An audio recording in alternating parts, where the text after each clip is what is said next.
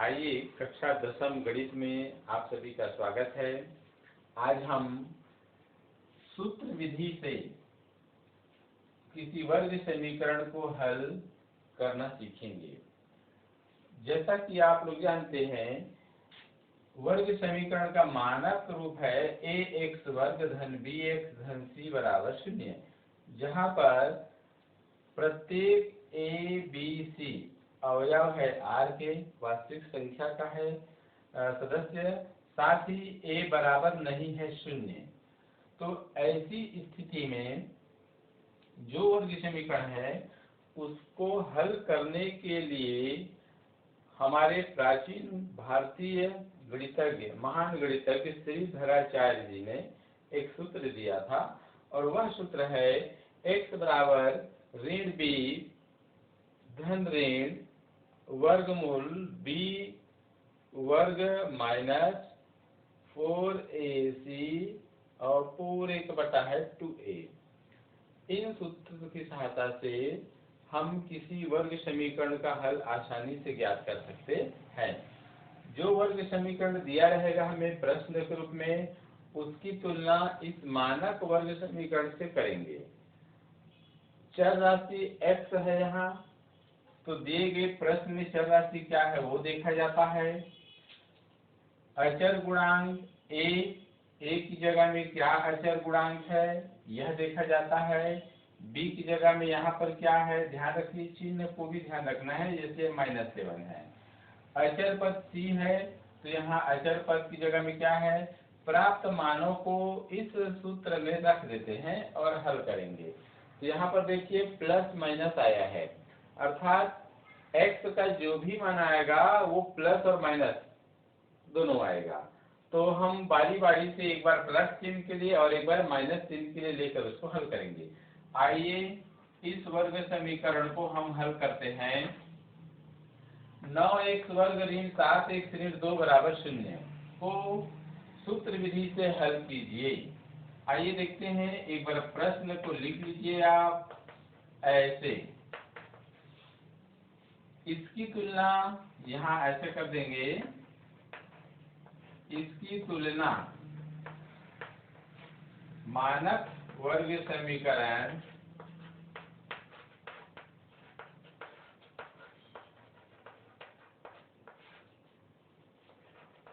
ax वर्ग धन bx धन c बराबर 0 से करते हैं। आइए तुलना कीजिए। तो यहाँ पर a देखिए, a की स्थान पर क्या है, देखिए x वर्ग है तो x वर्ग है, a गुणांक a है तो यहाँ पर गुणांक क्या है 9, ऐसे लिख देंगे। यहाँ पर देखिए गुणांक b है और यहाँ पर गुणांक क्या है ऋण 7 है। अब फिर देखिए c अचर पद यहाँ पर क्या है c है, c के स्थान पर क्या है ऋण 2, तथा यहाँ पर यह भी देख लेंगे कि चर राशि, देखिए मानक समीकरण में चर राशि x है, ज्ञात राशि, तो दिए गए समीकरण में भी चर राशि x है कि y है या z है, कुछ भी हो सकता है, तो उसे भी यहाँ पर आप लिख सकते हैं ऐसे। अब श्रीधराचार्य सूत्र से, श्रीधराचार्य सूत्र से ऐसे, तो सूत्र यहाँ पर लगाइए, x बराबर ऋण b प्लस माइनस लिखिए वर्गमूल में b वर्ग माइनस 4ac और इस प्रकार से 2a ऐसे। इस सूत्र में दिए गए मान को हम रखते हैं। तो x ऋण b, तो यहाँ देखिए ऋण b में क्या रखेंगे आप ऋण 7, यहाँ रखिए ऋण 7 ऐसे, प्लस माइनस ऐसे, तो ये ऋण 7 हो गया, पूरे का वर्ग ऋण 4 गुणित, देखिए a की जगह में है 9 और c की जगह में क्या है ऋण 2, तो 9 गुणित ऋण 2, ऋणात्मक चिन्ह इसलिए ब्रैकेट में लिखिए, और 2 गुणित a, यानी 9। आइए आगे बढ़ते हैं। ऋण और ऋण का गुणनफल हो गया धनात्मक में आ गया मान, धन 7 हो गया। अब इसे देखते हैं। 7 ऋण 7 का वर्ग हो गया तो 7 सत्ते 49। आइए देखिए यहाँ ऋण और ऋण का गुणनफल हो गया धन, ऐसे 4 निया 36, 36 दूनी 72, इस प्रकार से 72 आया और 2 निया 18। अब हम देखते हैं आगे की कड़ी।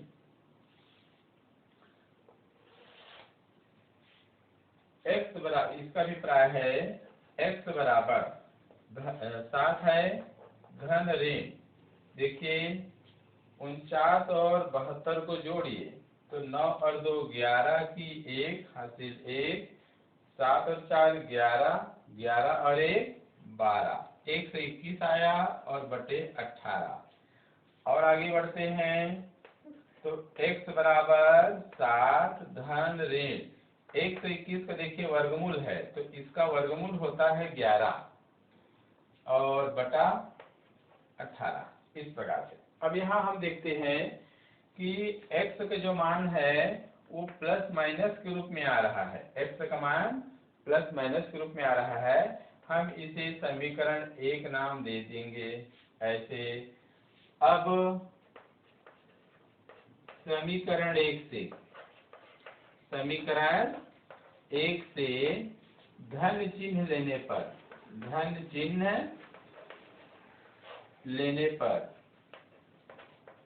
धन चिन्ह लेकर हम हल करेंगे तो x का मान आएगा, देखेंगे तो धन चिन्ह लेने पर हो गया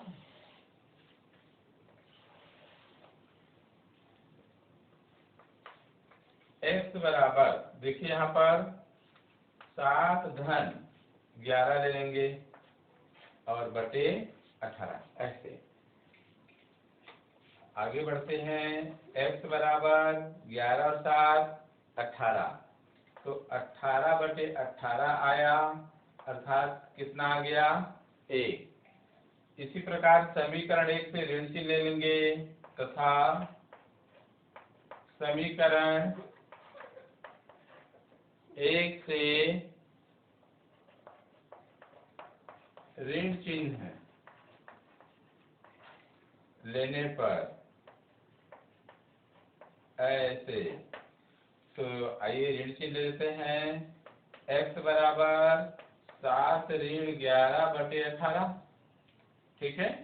तो इसका अभिप्राय हुआ x बराबर ऋण 4 बटे 18, 2 दूनी 4, 2 निया 18, तो कितना आ गया x बराबर ऋण 2 बटे 9, इस प्रकार से।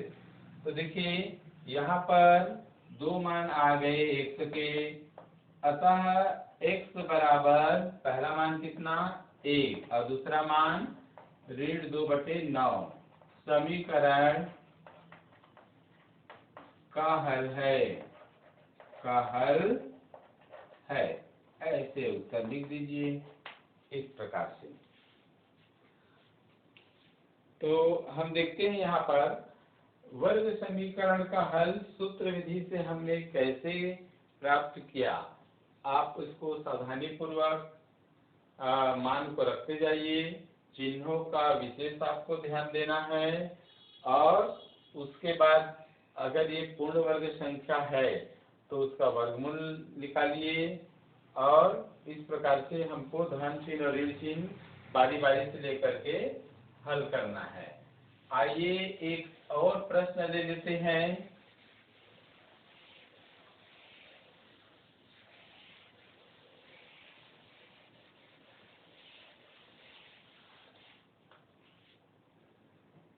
प्रश्न क्रमांक 4 का दूसरा ही ले लेते हैं। आइए देखते हैं। 4 का दूसरा है 6x वर्ग धन x, 6x वर्ग धन x ऋण 2 बराबर 0। इस वर्ग समीकरण का हमको हल ज्ञात करना है। आइए सबसे पहले एक बार प्रश्न को लिख लेते हैं इस प्रकार से, ऐसे, ठीक है। अब इस वर्ग समीकरण की हम मानक वर्ग समीकरण से तुलना करेंगे। तुलना करने पर हम क्या देखते हैं कि यहाँ पर a की जगह में है 6, a की जगह में है 6 और b की जगह में है 1। देखिए गुणांक x का गुणांक 1 है और c की जगह में है ऋण 2 ऐसे। तो इसलिए सीधा हम सूत्र लगा देंगे श्रीधराचार्य सूत्र से। श्रीधराचार्य सूत्र से तो श्रीधराचार्य के सूत्र है x बराबर ऋण b प्लस माइनस है, फिर वर्गमूल b वर्ग माइनस 4ac और यहाँ है 2a ऐसे। आइए मान रखते हैं। तो ऋण b का मान तो 1 है तो हम रख देंगे 1 धन और ऋण। फिर यहाँ पर देखिए 1 है b का मान तो 1 का वर्ग ऋण 4 गुणित a का मान है 6, आइए 6 लिखिए और c का मान है ऋण 2 ऐसे। ऋण 2 हो गया और बटा यहाँ पर आ गया 2 गुणित 6। ठीक है।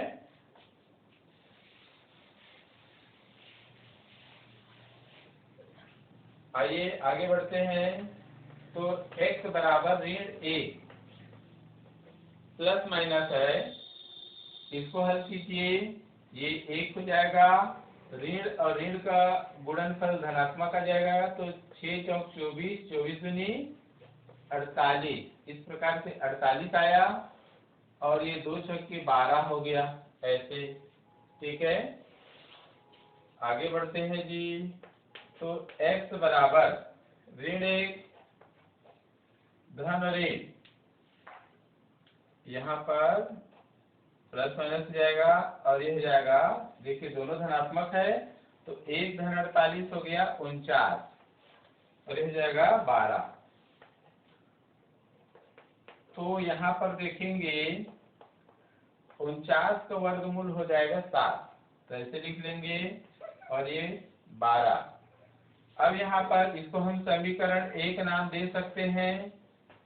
अब समीकरण 1 से धन चिन्ह लेने पर, इस समीकरण में धन चिन्ह लेंगे तो हो जाएगा x बराबर ऋण 1 धन 7 और बटे 12। आगे बढ़ते हैं। इसका अभिप्राय हुआ x बराबर 6 बटे 12। ठीक है। और आगे देखिए तो x बराबर हो जाएगा 6 कम 6, 6 दूनी 12 तो 1 बटे 2 आया ऐसे। आइए समीकरण 1 से ही ऋणात्मक मान ले लेते हैं। समीकरण 1 से ऋण चिन्ह लेने पर तो ऋण चिन्ह लेंगे तो क्या होगा, देखिए x बराबर ऋण 1 ऋण 7 और बटा हो गया पूरे 1/12 ऐसे। हल कीजिए। इसका अभिप्राय है x बराबर ऋण 8 बटे 12। और आगे बढ़ते हैं तो कटाएंगे तो 4 दूनी 8, 4 तिया 12 तो ऋण 2 बटे 3। इस प्रकार से x का दूसरा मान प्राप्त होता है हमें। तो अतः x बराबर ऋण 2 बटा 3 व 1 बटा 2 दिए गए वर्ग समीकरण का हल है। ये उत्तर लिख दीजिए इस प्रकार से। तो आप देख रहे होंगे कि सूत्र विधि से वर्ग समीकरण का हल ज्ञात करना बहुत ही आसान हो रहा है। यहाँ गुणनखंड विधि और पूर्ण वर्ग विधि से ज्यादा आपको आसान लगेगा। यहाँ परीक्षा में यदि वर्ग समीकरण का हल ज्ञात कीजिए कहा जाता है तो आप सूत्र विधि का उपयोग कर सकते हैं ये आपको ज्यादा आसान लगेगा। यदि प्रश्न पत्र में उल्लेख किसी विधि का अगर कर दिया जाता है तब तो उसी विधि का उपयोग करेंगे कि पूर्ण वर्ग विधि से हल कीजिए, कि गुणनखंड विधि से हल ज्ञात कीजिए, या सूत्र विधि से हल ज्ञात कीजिए। अगर विधि का प्रश्न पत्र में उल्लेख है तब हमको उस विधि के अनुसार सवाल को हल करना है। अन्यथा अगर विधि का उल्लेख नहीं है, केवल वर्ग समीकरण का हल ज्ञात कीजिए कहा जाता है, तो आप सूत्र विधि का ही उपयोग कीजिए। आइए एक प्रश्न और देखते हैं, थोड़ा सा अलग प्रकार का हो सकता है यहाँ, ताकि आपको हर प्रकार के सवाल को समझने में, उसी प्रकार के अन्य सवालों को फिर बनाने में आसानी हो। आपके प्रश्नावली से प्रश्न चौथा का हम एक और सवाल देख लेते हैं, और वह सवाल है 6वां नंबर का। 4 ऋण 11x, 4 ऋण 11x और यह बराबर कितना है 3x वर्ग, 3x वर्ग। ऐसे तो यहाँ देखिए ये 4 ऋण 11x बराबर 3x वर्ग, हमें इसको वर्ग समीकरण का हमारा मानक रूप है ये, तो हमको इस रूप में इसको लाना होगा। तो आइए पहले लिख लेते हैं ऐसे प्रश्न को, ठीक है। अब इसे हम पुनर्व्यवस्थित कर देंगे। तो ये जो पक्ष है 4 ऋण 11x, इसको हमको इस प्रकार लिखना होगा। तो ये हो जाएगा, देखिए धन 11x, ठीक है, और ऋण 4 बराबर 0। ऐसे हम इसको इस प्रकार से लिख सकते हैं। आइए चेक करके देख लीजिए। यहाँ पर देखिए ये ऋणात्मक है तो पक्षांतर किए तो धनात्मक आ गया, धन 4 है तो वो ऋणात्मक आ गया। इस वर्ग समीकरण की तुलना मानक वर्ग समीकरण से करेंगे। तो तुलना में देखते हैं, यहाँ पर क्या है, a के स्थान पर 3 है और b के स्थान पे 11 है, c के स्थान पे ऋण 4 है। तो इसलिए श्रीधराचार्य के सूत्र से, श्रीधराचार्य के सूत्र से, आइए मान सकते हैं सूत्र में, पहले लिख लीजिए सूत्र को, ये प्लस माइनस इस प्रकार से ऐसे, फिर इसे मान रखेंगे तो ऋण b, तो यहाँ पर है b का मान 11, धन ऋण वर्गमूल में है 11 का घात 2, 4 गुणित a का मान है 3 और c का मान है ऋण 4। ऐसे ब्रैकेट में लिखिए ऋण 4 को इस प्रकार से, और 2 गुणित आ गया 3, a का मान 3 है। इसका अभिप्राय हुआ, देखिए ऋण 11 धन ऋण 11 गुणित 11 हो गया तो 121, यहाँ ऋण का हो गया धनात्मक गुणनफल। और देखिए 4 किया 12, 12 चौक 48, इस प्रकार से आ गया, और ये हो गया 3 दूनी 6। ऐसे आइए एक स्टेप और ले लेते हैं, ऋण 11 धन ऋण, देखिए इसको जोड़िए, 8 और 1 9, 4 और 2 6 और 1 169, ऐसे, और बटा में आया 6।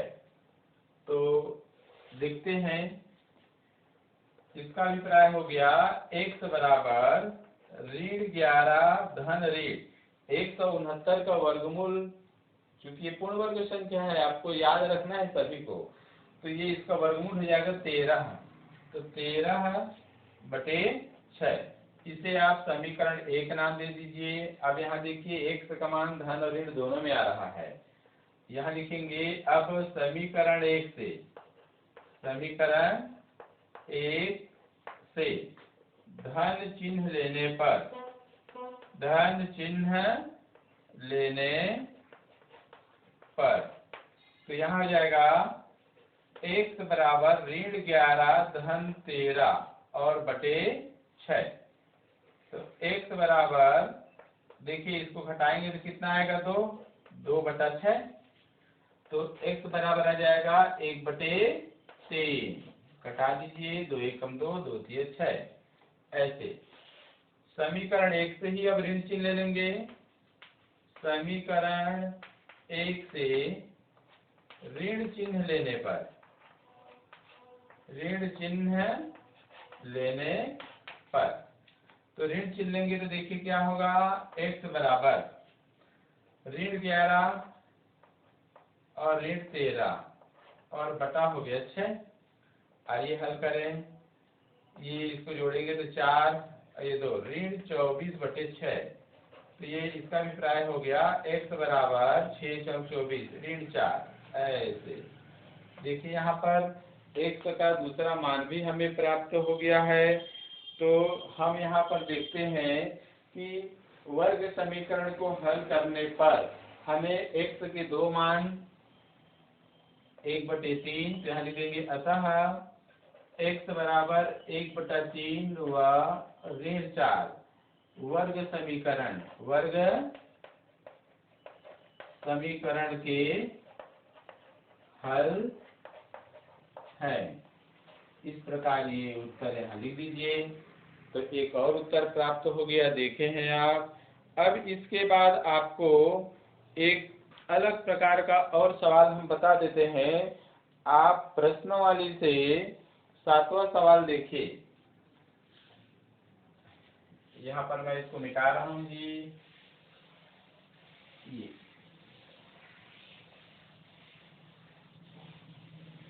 आइए एक सवाल और देख लेते हैं, फिर आपको पूरा समझ में आ जाएगा। ये 7वां सवाल है आपका।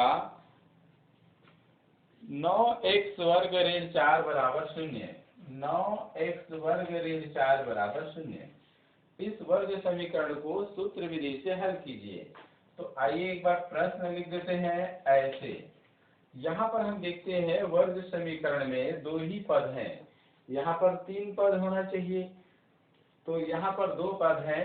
तो कोई बात नहीं, कैसे हल करते हैं वो देखिए। इसकी मानक समीकरण वर्ग समीकरण से तुलना करेंगे तो क्या पाते हैं।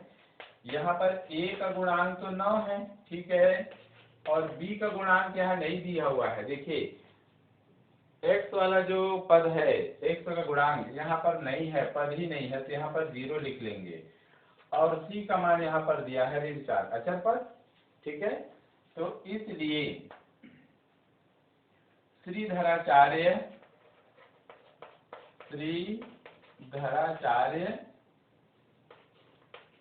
सूत्र से, तो हमारे पास सूत्र है x बराबर ऋण b प्लस माइनस b का वर्ग माइनस 4ac है और बटा है 2a। ऐसे मान रखिए इसमें, तो ऋण b का मान तो यहाँ देखिए 0 है, 0 रख दीजिए, प्लस माइनस यहाँ 0 हो गया। 4 गुणित a का मान है 9 और देखिए c का मान है ऋण 4। ऐसे और बटा हो गया 2a। तो a की जगह में हमको लिखना है मान क्या है 9। ऐसे आइए आगे बढ़ते हैं। तो ये तो 0 ही हो गया। अब हम सीधा देखते हैं प्लस माइनस, इसे लेंगे तो 0 ही हो गया। अब ये जगह 9 चौक 36, 36 गुणित 4 कर लीजिए आप। देखिए 9 चौक 36, 36 गुणित 4, 6 चौक 24 की 4, 2 4 तिया 12, 13 14, 144 आ गया। आप यहाँ लिख लीजिए 144 और बटा हो गया 2 निया 18। और आगे बढ़ते हैं, x बराबर प्लस माइनस, देखिए 144 का वर्गमूल होता है 12 और बटे हो गया 18। ऐसे अब हमको क्या है, यहाँ पर एक बार प्लस चिन्ह ले लेना है, एक बार माइनस चिन्ह, इसको समीकरण नाम दे दीजिए।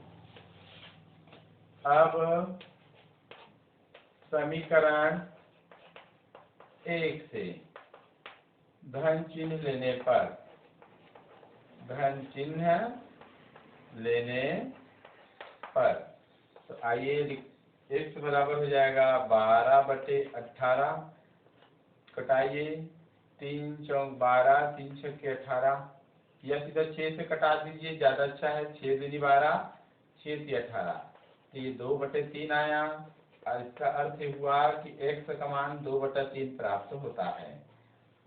तथा समीकरण 1 से ही ले लीजिए। समीकरण 1 से ऋण चिन्ह लेने पर, ऋण चिन्ह लेने पर ऐसे, आइए ऋण चिन्ह लेते हैं।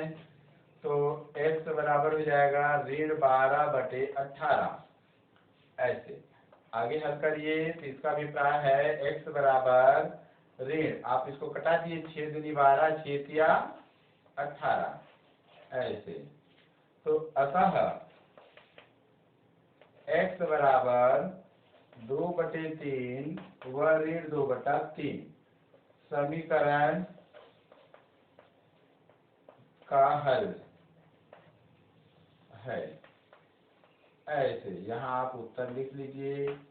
देखिए, जो भी हम वर्ग समीकरण को हम सूत्र विधि से हल करते हैं, वहाँ समीकरण के 2 हल अर्थात 2 मूल प्राप्त होते हैं। हम पहले जो हल है उसको हम अल्फा के स्थान पे मान सकते हैं और दूसरे को बीटा। अर्थात किसी वर्ग समीकरण का जब हम मूल ज्ञात करते हैं तो 2 मूल प्राप्त होंगे। पहला मूल को हम अल्फा मान लेते हैं, दूसरा मूल को बीटा। ठीक है, तो इस प्रकार से आपको और अभ्यास करना है। प्रश्नावली से पूरा सवाल आपका आसानी से बन जाएगा। ये देखना है कि दिए गए वर्ग समीकरण की तुलना मानक वर्ग समीकरण से करेंगे। जैसे यहाँ पर x का घात 1 और इसका गुणांक है b, इस पद को यहाँ पर नहीं दिया गया है इस प्रश्न में, तो उसको हमने b का मान गुणांक को 0 ले लिया।